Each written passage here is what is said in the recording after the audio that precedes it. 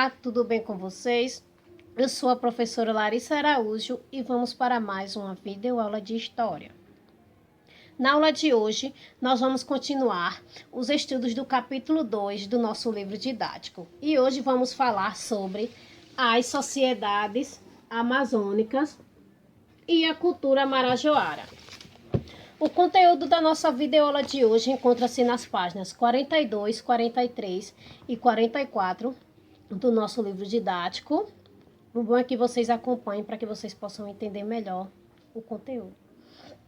Lembrando que eu vou falar sobre as sociedades amazônicas, mas eu não vou falar sobre a sociedade específica em si, mas sim a respeito das teorias que falam da origem da sociedade amazônica. A única cultura específica a qual será falada será a cultura marajoara. Com relação às sociedades amazônicas. O território onde hoje encontra-se o estado do Amazonas, que é um estado brasileiro, no século XVI ele pertencia à Espanha.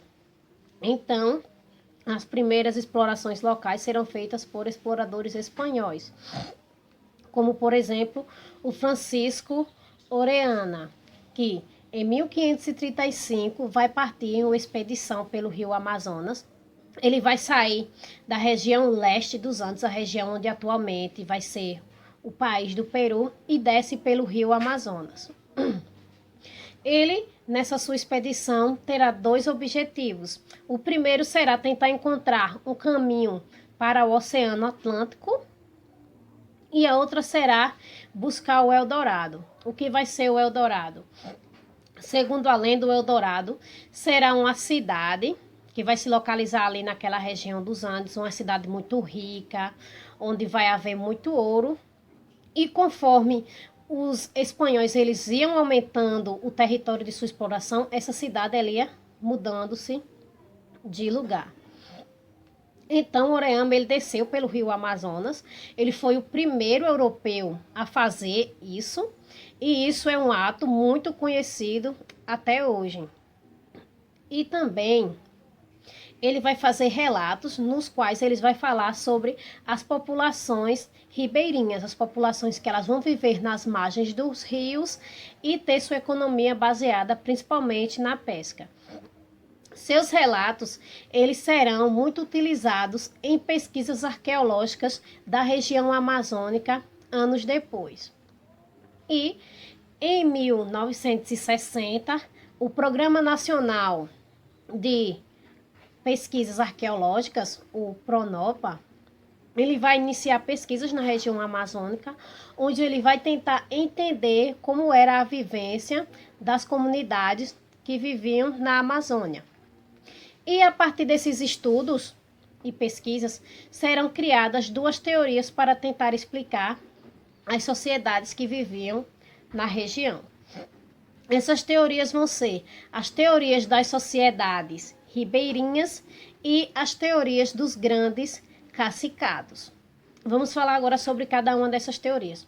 Segundo a teoria das comunidades ribeirinhas e os primeiros achados arqueológicos, as comunidades que viviam na Amazônia, elas não eram numerosas e também não eram sedentárias, ou seja, elas tinham poucas pessoas e viviam saindo de um lugar para outro. Restos de cerâmica, restos de mandioca irão indicar que eles dominavam a agricultura, porém de forma reduzida, o que vai dizer que as sociedades desse período elas não vão ter um mercado de trocas, umas relações de troca, porque a questão da produção alimentícia seria pouca e só dava principalmente para a subsistência. Os sambaquis naquela região, na margem dos rios, vão deixar claro que a agricultura será a principal forma de economia desses povos. A divisão social das tribos será onde os homens serão caçadores e as mulheres coletoras.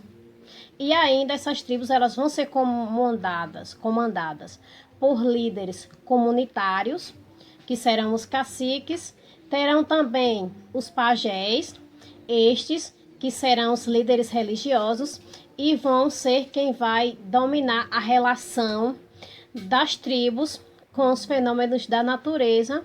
E a mulher, ela também vai ser responsável por cuidar dos filhos e por sempre vigiar os estoques alimentícios. Agora, com relação às teorias dos grandes cacicados.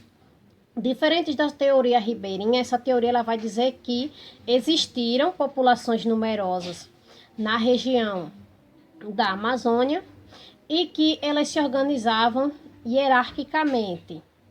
O que vai tornar mais diferente essa teoria dos grandes cacicados da teoria ribeirinha será o fato da questão da agricultura, principalmente por causa do achado da terra preta de índio. Terra essa que vai ser resultado da mistura de carvão, restos de cerâmica, produtos orgânicos. Essa terra ela vai ser algo que vai surgir da produção humana, da ação humana, e justamente devido à agricultura em grande escala. E também esse será um tipo de solo fértil, né, que vai justamente permitir a agricultura. E segundo essa teoria, as pequenas tribos elas vão estar em constante interação com as grandes tribos de sistema hierárquico. As teorias de povoamento da Amazônia, elas vão estar ligadas às teorias de povoamento do Brasil e das Américas. Segundo os estudos arqueológicos, a ocupação da região teria começado entre 14 e 13 mil anos antes de Cristo por povos que vieram da região dos Andes e também da região da América Central e que eram povos que estavam em constante interação, principalmente através dos rios. E o que vai provar isso serão os achados de cerâmicas que terão formato parecido e também terão, como posso dizer, as estampas, os desenhos parecidos. Tanto que vai ter um pesquisador alemão, Kurt Nimuendaju. Ele vai passar 40 anos junto com alguns povos indígenas da Amazônia, no qual ele vai estudar aspectos linguísticos e culturais e vai dizer que esses povos realmente poderiam ter tido uma interação e que os rios, eles serão, sim, a principal interação entre esses povos, tanto que ele vai mapear aquela região para ter certeza de que os rios, eles vão ser realmente o lugar de interação entre uma sociedade e outra. Agora falando sobre a cultura marajoara, essa vai ser a cultura dos povos que habitavam a ilha de Marajó.